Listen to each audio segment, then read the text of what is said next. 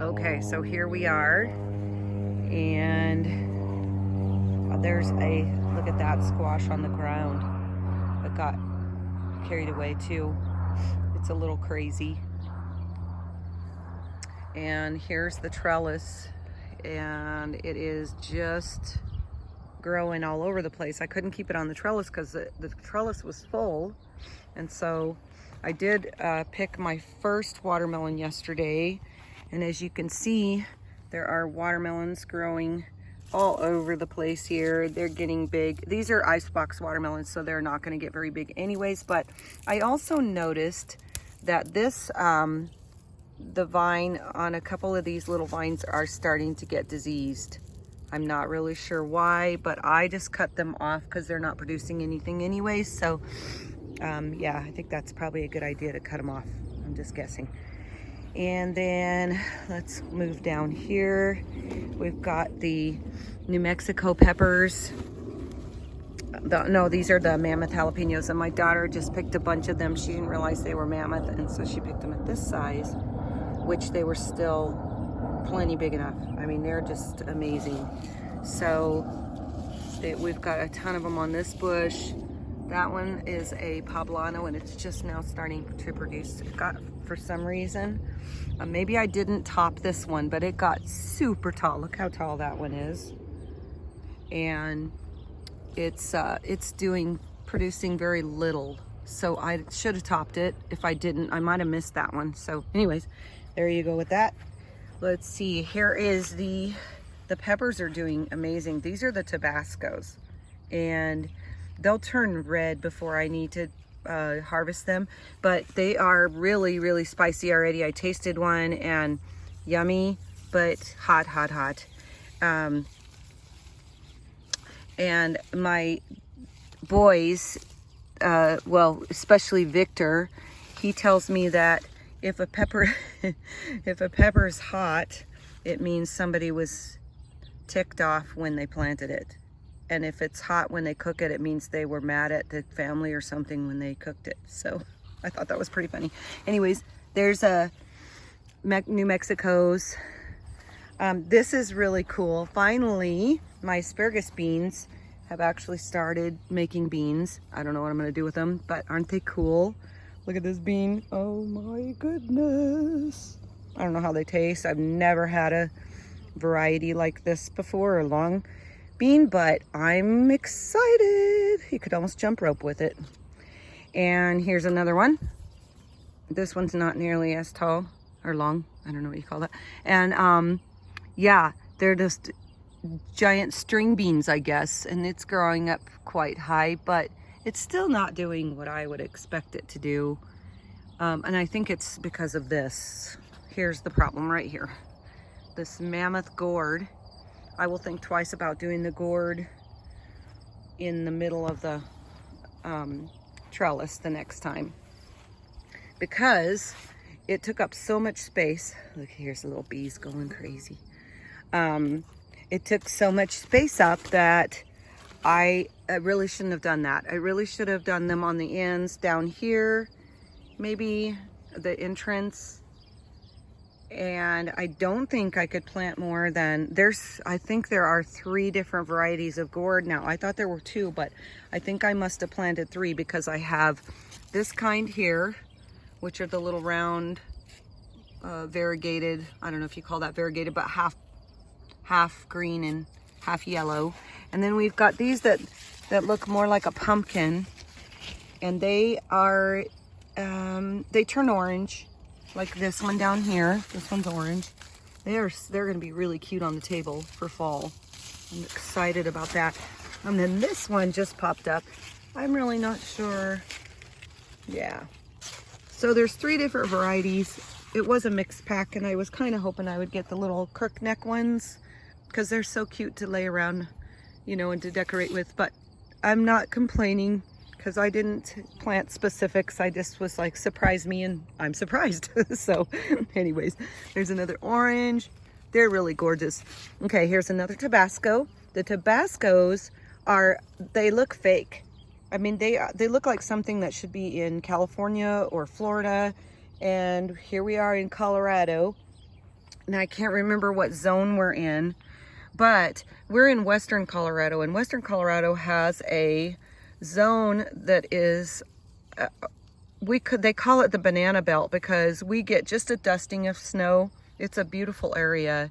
Where I'm at in Olathe is farmy and hilly, mesa-y, kind of, it's got mesas, but it really is mild weather. It stays, you know, 10 degrees warmer most of the time than Denver does, or even Montrose. Montrose gets a lot more snow than we get, and we don't get very much. So I can grow a few things that maybe I couldn't grow if I was further south next to the San Juans. These are poblanos. I did grow a ton of poblanos, and they are looking amazing. Look how big they are. And I just love the feeling. Poblanos, a stuffed poblano is like the best meal ever to me. So I really am glad that they're doing well. This is the White Wonder cucumber. And the White Wonder cucumber, I have a few things to say about it. It climbs good. As you can see, it's a really good climber, but and maybe it's the soil that they're in, or maybe it's something else that I'm doing wrong, but they are not a tasty cucumber to me. They are bitter. The rind, the skin is bitter. And this is what they look like. This one's a little too big anyway, so that could be why. But I've eaten a smaller one. This is a very large one. They don't get real big. I've eaten a smaller one, and it was not good. I mean, it was just real bitter. And so I have been skinning them and juicing them, but I don't really like to do that. To me, that's like too much work. I should be called the lazy gardener, but I don't like doing that. So I probably won't grow this variety again unless somebody can tell me what I'm doing wrong that would make them bitter. Because these, the little muncher cucumbers right next door, these little guys, they get big, and when these guys get big, they're not as good. They're good about this size, and they have seeds that get real woody feeling, or you know, hard when they get bigger. But the seeds right now in this size are perfect. They're soft. The skin is not too thick. It's a real thin skin, and it's not bitter at all. As a matter of fact, you don't really even taste a difference between the skin much and the inside meat, the flesh. So I really like that cucumber. That is a really good cucumber. And they could just call it a muncher, and I'm thinking the reason that they call it that is, for one, it doesn't stay good long in the fridge. Like, you need to munch on it right away. Looks like we're getting a little bit of mold or something on the leaves of that one. Look at that. And I did get water on it. I'm wondering if that was the problem right there. I watered them quite heavily and got water on the leaves real bad. So I'm just going to take those 2 leaves off and hope that it doesn't spread whatever it is. It could be mold, or I don't know. Anyways, here's another one. It needs to go. This one's a little bit too big. But see, once they get past about hand length, my hands are small, but then those seeds start getting a little bit hard to chew, but they still taste good. You could de-seed them. I see there's a bunch of them in there, and it is very prolific. It is a high producer.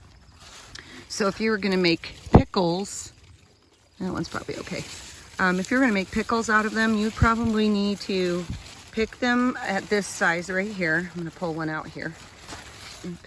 Pick them at this size, and this one's nice and skinny and light, and they will make amazing pickles. And I think there's probably enough if in one plant to make a batch of pickles, because I've picked about 5 or 6 cucumbers just in the last day. So I'm gonna juice some of those today. Here are the tomatoes, and I'm telling you, these tomatoes are just producing like crazy, and I can't keep. Now, none of these big ones, these are the Bonnie Original and the Goliath. These 2 plants here have been my biggest size tomatoes. And I don't get it, I haven't gotten ever any mammoth ones, but these are pretty big. And this one is just starting to blush right now, and it's really a gorgeous tomato. I mean, these are like perfect looking. There's no scars on them. I mean, as soon as I say that, some grasshopper's gonna come and eat them or something. But anyways, right now they look beautiful, and hopefully my chickens don't see them because they're free range, and I might have to lock them in for a while. But so we have a little squirrel that's been over here kind of looking at things too, and he's not doing too much damage. But if he brings his friends and brothers, there's a rooster right there. Here he comes. I think he's thinking about coming into the garden. Anyways, so you can see my bags here. I have bags that I left on the tomatoes that I'm going to save seeds from. So I took the bags off of this one, and the only tomato that grew out of all of those was this one. So this one will be first seed. And I just leave the bag there so I know which one I bagged to keep it from pollinating, cross-pollinating with something else. This little Roma that was really highly damaged has got scads of tomatoes on it. I mean to tell you, it is just over the top tomatoes. A few of them got these little bug bite things on them, but I think they're fine still. I mean, I wasn't expecting to get any Romas out of it at all, and it's doing amazing. The Goliath are they're really beautiful. Then the Romas, then the, I think this is a Cherokee. The Cherokee's leaves and everything did the best through this soil issue. And the tomatoes on there are doing pretty darn good too. Here's a nice one. There's a bunch inside there. And these are, no, that's the Cherokee. Yeah, these are both. That's a Cherokee Carbon. So these will actually get darker looking, like a kind of a dark purple color. And then these here, these are Cherokee Purple. So these will be a kind of a pale, they look like that right there. Kind of a pale purpley red, really beautiful.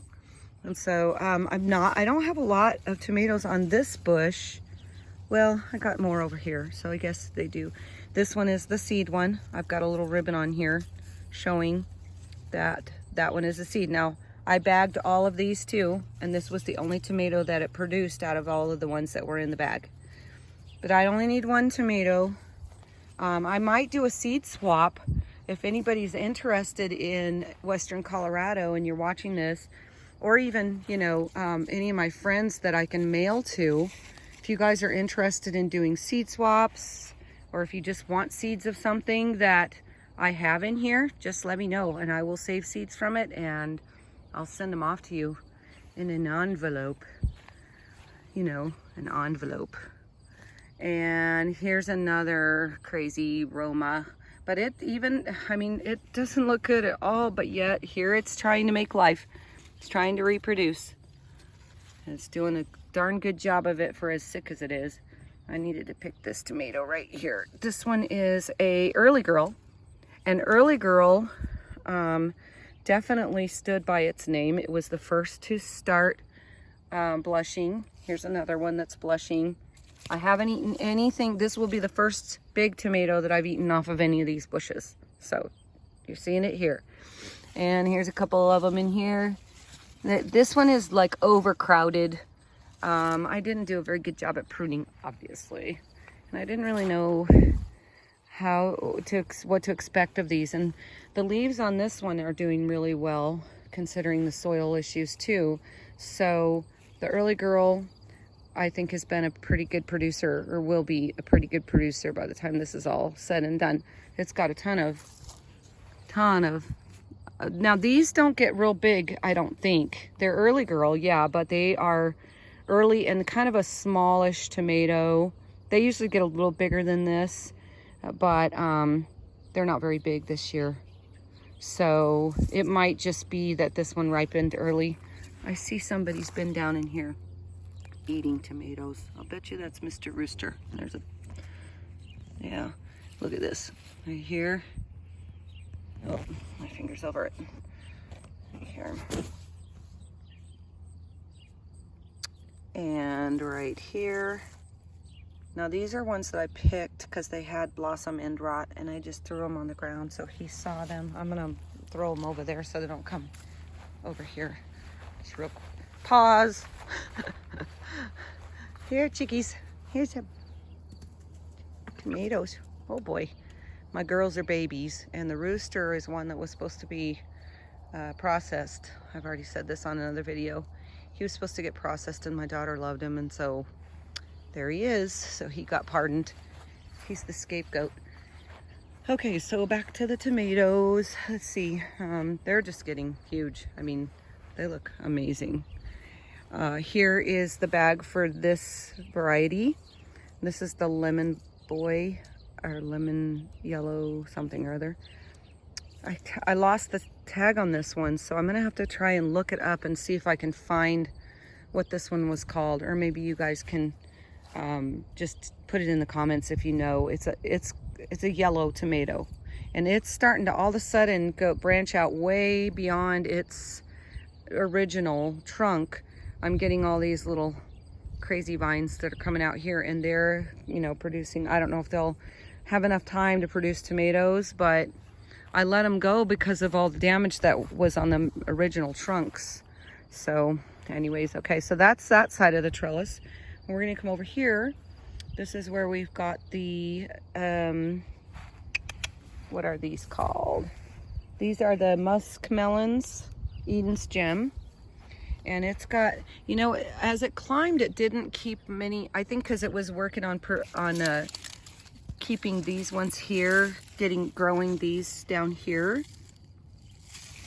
So as it climbed, it didn't really get very many that grew big. I don't see, there's one right there. And that one's pretty. They do so much better though up here than they do down in the shaded area where all the little roly-polies eat them. But it's getting really tall. This one's above my head. This one is the honey rock, and there are tons in the honey rock still growing, still getting eaten by the roly-polies, or whatever you call them. See, now there's one here that's little, but for some reason, after they've been growing a little while, they just kind of dry up, and I don't know, it's maybe because these haven't been picked down here yet. I don't know. But at any rate, it's not growing a lot up on the trellis, which is kind of defeating the purpose of having the trellis, if you get it. Okay, then we got the cayenne peppers. They're still not ripened yet, but although I see a few that are ripening. There's a red one here. Let's see if I can focus on it. There's a couple red ones down in here. We want them to get all the way red before we harvest them. They're starting. I see little red in and out, and then those will get dried and chopped up for cayenne pepper flakes. The candy cane peppers, I was told, just watched a video yesterday on them, and they're supposed to actually turn red and dark green. So I've been eating these too early, obviously, but I'm gonna let the rest of them try to let them stay on until they turn red. And then here is some poblanos. Here's New Mexico's, and they're gonna turn too. I'm gonna take that one off because it's not doing anything. I say, why put energy into this, because it's not gonna do anything, but it's trying to. And you might as well just keep the energy into the good fruit, or good veggies. And then here's the regular cantaloupes. I thought they were gonna be too big to go on this trellis, but as you can see, they are hanging on, and they look really, really good. They are extremely healthy, and the roly-polies don't like them as much for whatever reason. I haven't quite figured that out. And this one is actually climbing above my head now, right here. It's August about 6th, I think. I haven't really looked at the calendar today. And right now, it's a cooler day today. It looks like it's 72, 74. It's definitely warmer than that out in the sun. I would say we're about at 80. But still, that's cooler than it's been. So there's another. And here's my loofah. All of a sudden, maybe the loofah's like really hot weather. All of a sudden, the loofah's decided to just go climbing. And it is climbing really fast. But I don't see a loofah forming on it. I'm not really sure what they look like. So I don't know what to expect there. Then we've got our yellow watermelons. And I didn't think they were actually going to make a big enough watermelon to eat this year, but they're going to, I'm thinking. Maybe just a couple. I only see a couple on here, but those are the petite yellows, and they stay small. I just grew small ones because I was afraid, you know, that the trellis wouldn't be able to handle any of these big giant watermelons. At my feet, I've got the spaghetti squash is just going wherever it wants to go. I've already cut one of those big branches off because it had that big mammoth squash on it, and when I went to take it off, it kind of tore it. So I took it off, and here it's got another one going here. So, you know, if you have to, I never really was a big fan of taking leaves off and stuff. I didn't really know to do that, but I think personally I have learned a lot since those days of not doing that. And if a leaf looks diseased or brown for whatever reason, just pinch it off, take it off, and get rid of it. And because it could spread to the rest of the plant, and it definitely is not hurting the growth. Look at this. I took a whole vine out of this and decided to, you can see up here where I cut it off, right by that squash, right at the edge there.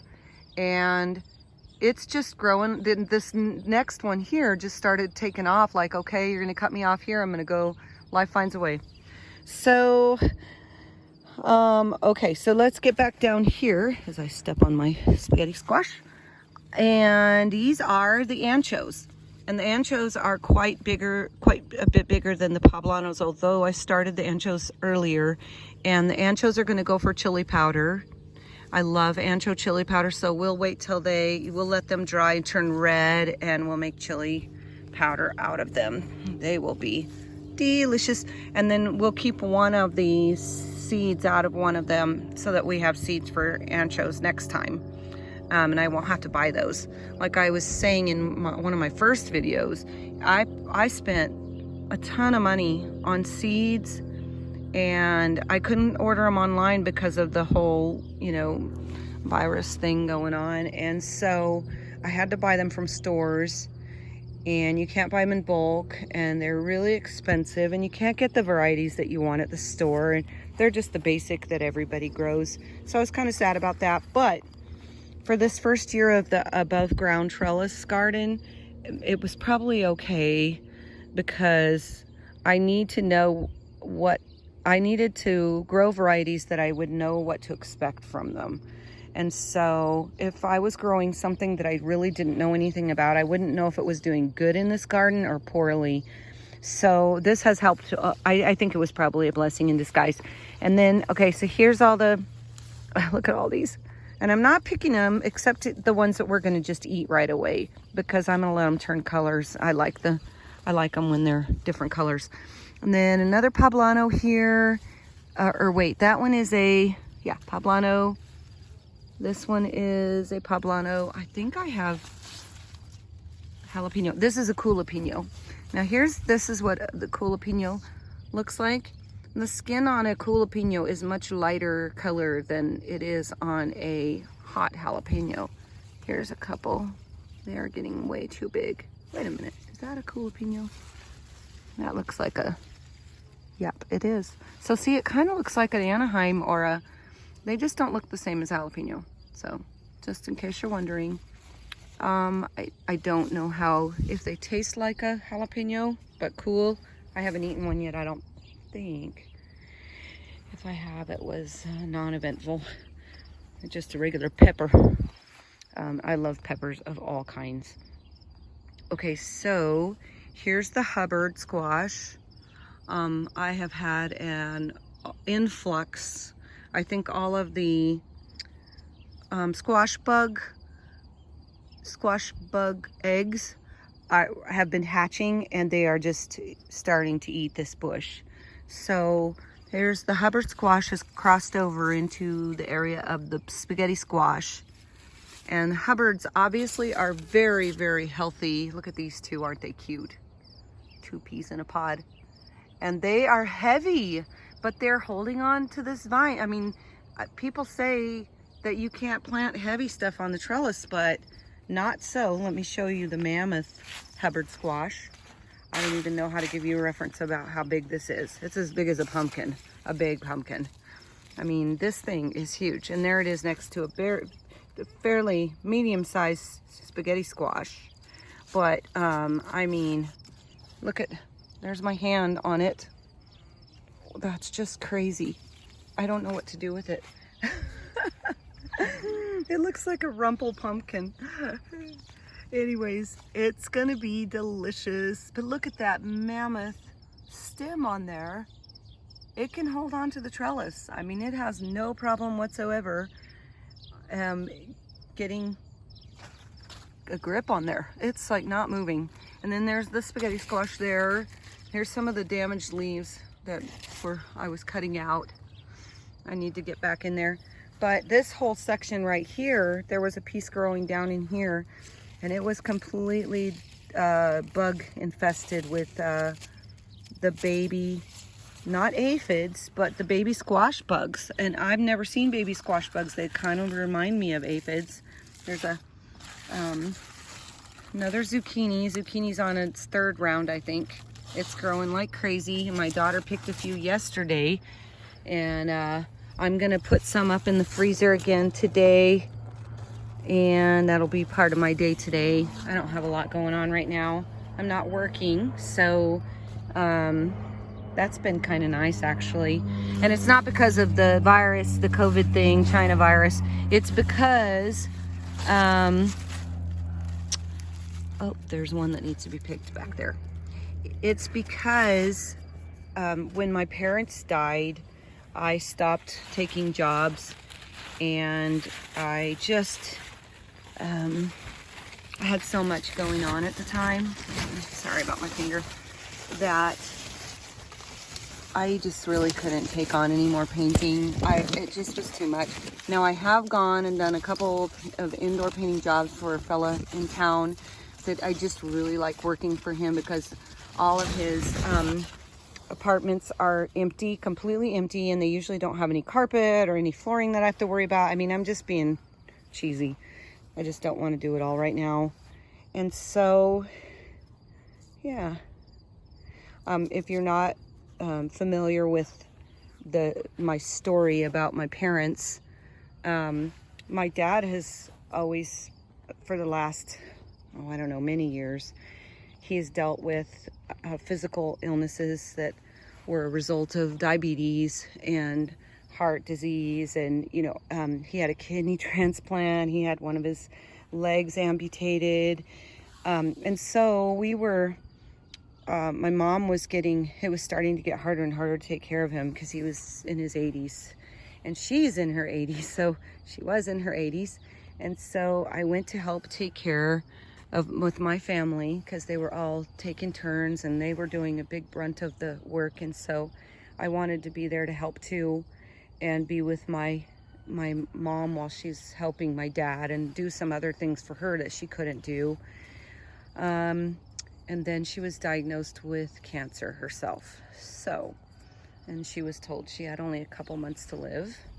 And so it set us kind of all into a whirlwind of take care of what has to be taken care of right now. And at the same time, I had a litter of standard poodle puppies that didn't do well with their vaccinations. 3 of them were injured from the vaccinations. And so I was also taking care of those puppies. And by taking care of, I mean they were pretty much half of the time like invalids. They couldn't stand or eat by themselves. I had to drop or feed them. They weren't little either. This was after their first shots, so they were 8 weeks old. But they had just gotten a lepto mixed with their other vaccines, and it wasn't by accident. I mean, they did it on purpose, but they were not aware that a leptospirosis vaccine was not supposed to be given to dogs before 12 weeks old. And I think it was just too much too early, and these were the little ones of the litter. She had 10. And these were the 3 littlest ones, and I think they just couldn't handle that, and maybe they were predisposed to an autoimmune, and so when they got the vaccine, it triggered this autoimmune.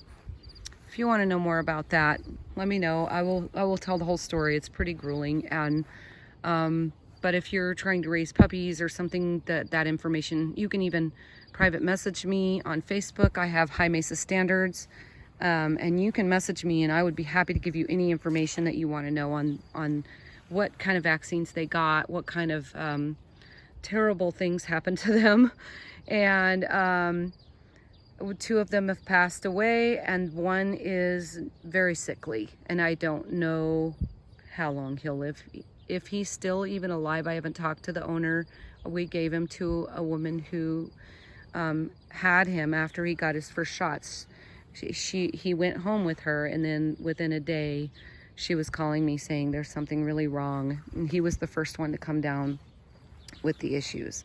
So he's maybe still alive. She might have had to put him to sleep, but at any rate, I brought him back home and then took care of him for a while and had him on insufflated oxygen treatments. I had him on detox diets. I had him on, I mean, you name it. I have tried everything with them. The detox baths, the CBD oil. I mean, we've done it all, and they just failure to thrive, and just got worse and worse, and it was heartbreaking.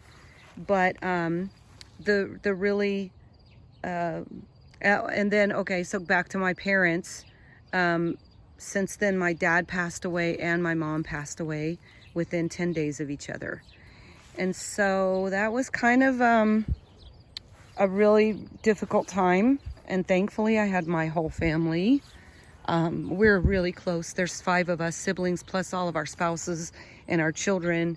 And we are a super close-knit family. We just had family camp in Moab, and it was amazing. And of course, we missed my parents, and it wasn't the same without them. But we just, we know where they are, and we're rejoicing that they're in heaven and that they're happy and they're no pain.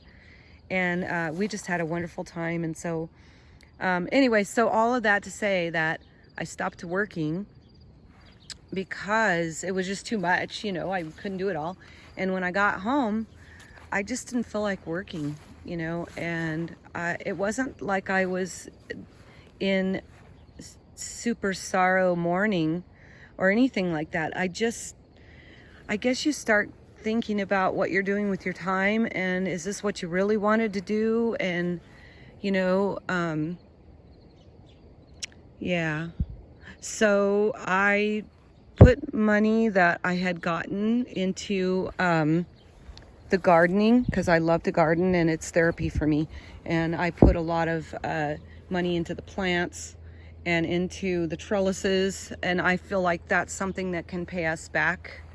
Look at my cilantro has just gone to seed like crazy. I reseeded cilantro. I couldn't find peas in the store. Is that bizarre?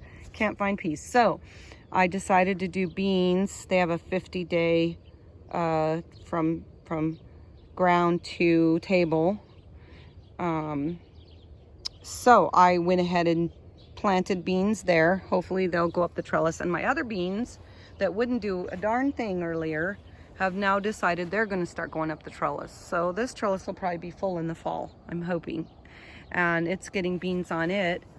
And they're just trickling in. So I just cut them up and dry them and use them for soup base and stuff like that. And then let's see, my basil's doing really good. I cut it down and used it, and I need to pick some of that too, actually. I cut it way down and put it in the fridge and used it, and now it's done. And then when it gets kind of dried out and in the fridge, you know, it's not doing so well, then I'll take it and I will crumble it up and put it around plants that I don't want bugs around, because they don't like basil. As you can see, there's not one bite mark on the basil. And so, you know, you can just use it as a pest deterrent. And then here's my carrots. These are the combination, the multicolored carrots. And because this thing grew up in the middle of them, I think they're just so squashed in there and they're not getting very big. So I'm gonna let them just go. We pulled a few of them for salad last night, and they were tiny, tiny, and they were delicious. There was white, yellow, and purple, and they were really, really flavorful. So that's the problem with letting volunteer things grow. I don't even know why I did, but I just did. I don't like pulling things out. Okay, so here, this is voluntary, and this has happened every year pretty much. So these are ground cherries, and I did not know the difference between ground cherries and tomatillos, but the ground cherries are sweet. They grow pretty much the same. They have the little lanterns, as you can see the lantern there. I can't see what you're seeing because the sun is in my eyes. Yeah, there's a lantern right there. And then they will get this little tomato-like thing inside, like a tomatillo, and they taste sweet. They're not a Colorado thing, I don't think. I had never heard of them before. I saw Roots and Refuge, and her and her kids were eating them like crazy. And Eliana, my granddaughter, loves these. I mean, she just goes crazy over these. So we sit out here for fun times and we eat. But these came up late, so they won't be until fall. There's thyme here. I love thyme. And it's getting big because I cut it down. I'm going to cut it again. I'm letting these seed. Look at this, how pretty. I mean, it looks funky, but look at these cute little flowers. Aren't those beautiful? And then I will collect the seeds on this as well. And this gets, here's the rosemary. It hasn't done much. It's just kind of sitting here. Looks almost the same as the day I mean, it grew a little bit at the beginning. They're real stiff. It kind of reminds me of lavender. It smells really, really good. Okay, that's all that's in these boxes. My lavender's doing okay. Plum tree did not get any plums this year. Not one. Lavender is doing all right. I've cut it a couple times just to get it to flourish. I've been pulling weeds here. You can see, here is my chocolate mint, and oh my goodness, it's like quadrupled, easy. And then this is a cherry tree, and it does not love it here. And I'm hoping somehow I can get it to love it here. We've planted several trees here, not in love with it. And I just harvested my chamomile, and I have not weeded this garden, so we're just gonna kind of pass on it. There's the chamomile, and look, it's already flowering again. I just harvested it yesterday. There was not one open flower on it yesterday. So there's pretty pink flowers. Okay, so that's it for today. If I forgot to update you on anything that Frankenmato, got to give you an update on Frankenmato. Look at him. He's actually growing. Set this down. He is actually growing flowers for tomatoes. Can you believe that? This poor little thing that I topped off way down here, it looked like a cauliflower right here. And it was just chunked right off because I don't know why I even kept it in the ground. I was going to throw it out, but Frankenmato decided that it wanted to live, and it's really gnarly looking. I mean, the leaves are bizarre. They're like all twisted up, and look at that. But it's doing it. It's finding a way. And so I'm letting it go. I mean, there's no way I'm taking that thing down. He's tried so hard. He'll die back later anyway. So, and here's all the little varieties of tomatoes. I've got a bunch that are starting to get red here of the grape tomatoes, the Juliets. And then that's a Juliet, maybe. This one is, I have no idea. No, this one's the White Beauty. And I don't think the White Beauty has any flower. It has flowers, but I don't think it has any tomatoes on it yet.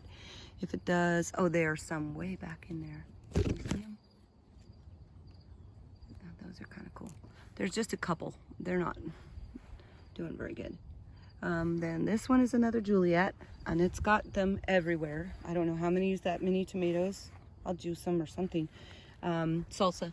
And then this is the Purple Heart, and it's not doing much. I mean, I don't think it's got flowers, but no tomatoes on it. If there are, they're hiding in the back. This one is the Paul Robeson, and it's got some tomatoes starting on it. I don't know what to expect from Paul Robeson. I don't know how big they're supposed to get, so I don't really know if it's a big, I believe that it's kind of a medium variety tomato. It doesn't say. This one is the Chocolate Cherries, and they're going crazy. I mean, you can see in there's tons of chocolate cherry tomatoes. None of them have ripened yet, so I don't really know what they're going to look like, but I'm excited to see.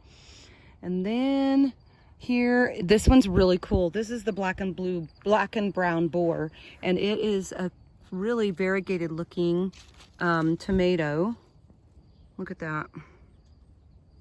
Sorry, I guess I have to point the camera where I need you to look. There you go. And they're kind of heart-shaped or teardrop. I don't know if they're supposed to be that, but that's what all of these are on this plant. So there's a bunch of them, and they're really cool looking. So I can't wait till they start ripening. They have a very thick skin. I don't know if that's normal either. That could be protection against this soil, but they're really cool. So, okay, so that's the end of that. Raspberries are doing absolutely nothing. They don't like it where I planted them. Oh, I gotta go get the cucumbers, so I'll let you guys go. And if you have any questions or have any comments, put them down below. And if you want any information on anything else that you see around my farm, that you go, what is that? Or what are you doing with that? Or whatever, just give me a comment. I'll answer. If there's something that you want to see, let me know. And I would be happy to show you because I'm not working. There's the chickens over there fighting. So, all right, thanks for hanging out with me. God bless you guys.